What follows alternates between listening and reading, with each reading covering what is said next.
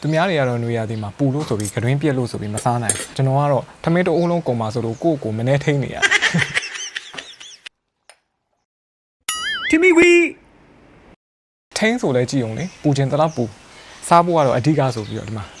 ငချောက်ရဲ့ခရမ်းသီးရဲ့အာလူးရဲ့ခရမ်းကျင်သီးရဲ့ချက်များသောအားဖြင့်ငချောက်ကိုခရမ်းကျင်သီးနဲ့ချက်ချက်ခရမ်းသီးနဲ့ချက်ချက်ကျွန်တော်ကတော့၃မျိုးလုံးရောပြီးတော့ချက်လိုက်ပါတယ်ဒီငချောက်ကတော့ပင်လယ်ငါးကိုငချောက်လုပ်ထားတာဆိုပြီးတော့ပြောလို့ရေးစိမ်ပြီးတော့လိဖြတ်ထားပါတယ်ခရမ်းကျင်သီးနှလုံး၃လုံးလောက်ကိုလည်းလှီးထားလိုက်တယ်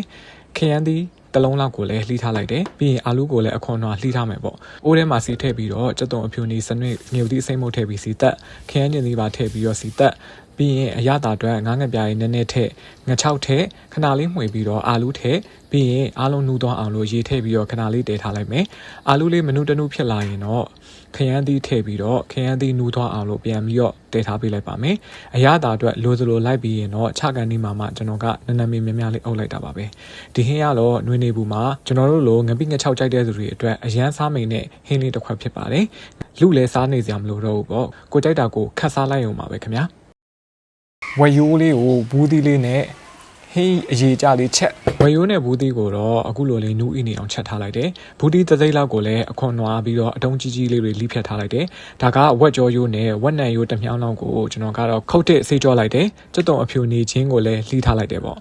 မြေအိုးထဲမှာဝက်ရိုးတွေအကုန်လုံးကိုထည့်ပြီးတော့ရေထည့်ပြီးတော့ပထမတရေတည်ထားလိုက်ပါမယ်အဲ့လိုလုပ်လိုက်ခြင်းအပြင်ဝက်ရိုးတွေကအညစ်အကြေးတွေနဲ့အဆီပိုတွေထွက်သွားအောင်ပါပြီးရင်တည်ထားတဲ့ရေတွေကိုဖယ်ထုတ်လိုက်ပြီးတော့ကြက်တုံဖြူနေချင်းလှီးထားတာထည့်မယ်စနွင်းမုတ်ငရုတ်သီးအစိမ့်မုတ်ဟင်းရမုတ်ထည့်ပြီးတော့ဝက်ကြောရိုးနဲ့ဝက်ရိုးတွေနူးဣသွားအောင်လို့ကျွန်တော်ကတည်ထားလိုက်တာပါပဲခင်ဗျာဝက်ရိုးတွေနူးဣသွားရင်တော့ဘူးသီးလေးထည့်ပြီးတော့ခဏဆက်တဲလိုက်တယ်ဘူးသီးတွေရောဝက်ရိုးတွေရောအဆင်ပြေပြီးအရသာအတွက်လူလိုလိုက်ပြီးသွားရင်တော့ဝက်ရိုးရဲ့အချိုတက်ကောဘူးသီးရဲ့အချိုတက်ကောနဲ့အရသာရှိပြီးတော့ထမင်းစားမိန်စေမယ်ဝက်ရိုးနဲ့ဘူးသီးကိုချက်ထားတဲ့ဟင်းလေးတစ်ခွက်ရပြီဖြစ်ပါတယ်ပဲပင်ပေါက်တုံလေးနဲ့ဒီမှာဘလောင်းစိမ့်စားတည်ရသည်ပဲပင်ပေါက်တုပ်ဖို့အတွက်ကတော့ပထမအောင်ဆုံးပဲပင်ပေါက်ကိုရင်နှွေးဖြောထားလိုက်တယ်အရန်နူးအီအောင်တော့မတည်ဘူးပြီးရင်စကားနဲ့ဆယ်ထားလိုက်ပါတယ်ကြက်သွန်နီလေးလှီးပြီးထည့်တယ်ပဲမှုတ်ပဇွန်ကြောင်းမှုတ်စီချက်ငါးငပြားရီတစ်ပေါက်နှစ်ပေါက်နဲ့ဟင်းရွက်မှုတ်ထည့်ပြီးတော့အသေးချာလေးနယ်ပေးလိုက်ပါတယ်ကျွန်တော်ကဒီမှာငရုတ်သီးစိမ့်နေငရုတ်သီးချက်မှုတ်နေမထည့်တော့ဘဲနဲ့အဖြူတယ်လေးပဲတုပ်ထားပေးလိုက်ပါတယ်ကဲဒီနေ့ဟင်းအတွက်ဆက်ကတော့ຫນွေရာသီမှာဂရင်းပြက်နေဓားလေးသာချက်ပြီးတော့စားလိုက်ပါတော့ခင်ဗျာစွဲမယ်ဒါကတော့အင်းရမပါမဖြစ်ငရုတ်သီးစိမ့်ငပိချက်စားတော့မယ်လို့ငချောက်လေးနဲ့အာလူးရယ်ခရမ်းကျင်သီးရယ်ခရမ်းသီးရယ်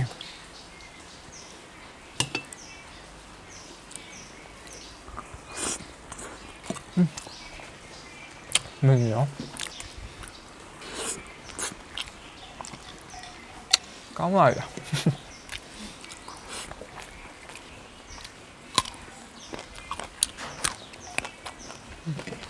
အော်ကောင်းပါ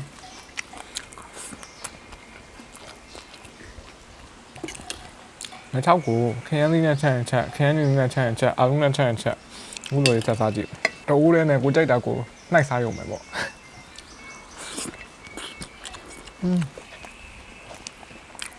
ဲ့ပါ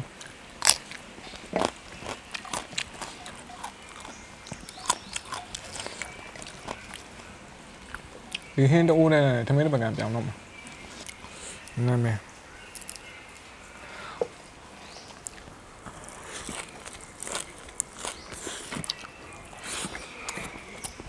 အားရဝါယိုးချင်းကြလေးတည်ပြီးတော့ချက်ထားတဲ့ဝါယိုးနဲ့ဘူးသီးစီမထည့်ဘူးဆိုရင်တော့မှစီရထွက်အမှန်တကယ်တော့အရေတောက်လေးစားခြင်းလို့စီတောင်မထည့်ထားဘူး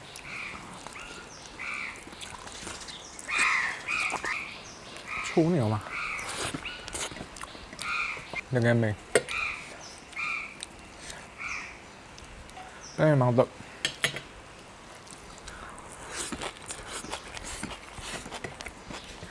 ဒီ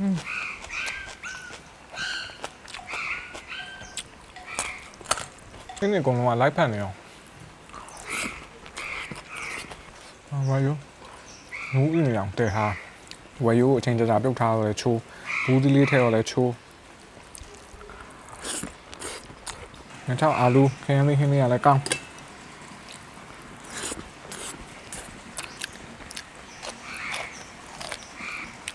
ဘူးညို့